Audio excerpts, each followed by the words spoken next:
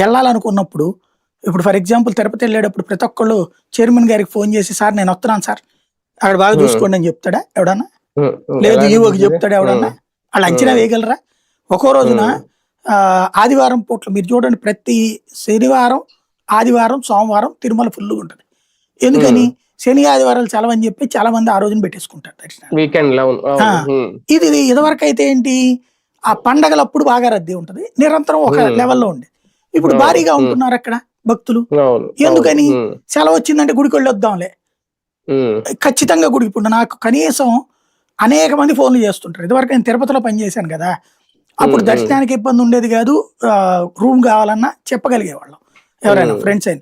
తర్వాత మనం ఫీల్డ్ నుంచి యువతలకు వచ్చేసి కూర్చున్న తర్వాత మనం అలాంటి ఏర్పాటు చేయించే ప్రయత్నం చేయలేదు.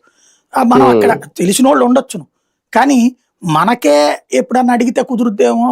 కానీ ఈ వీళ్ళని మళ్ళీ వాళ్ళకి వీళ్ళకి చెప్పడం ఎందుకు అనేటటువంటిది ఉంది. ఇంకోటి ఆ మధ్యన ఎప్పుడో ఒకసారి నేనే లెటర్ పెట్టుకుంటే అడిగితేను అక్కడ తెలిసింది ఏంటంటే ఇదివరకు ఆ విఐపి బ్రేక్ అనేది దీని దగ్గర దాకా అంటే గర్భగుడి దాకా వెళ్ళేటటువంటిది ఉండేది.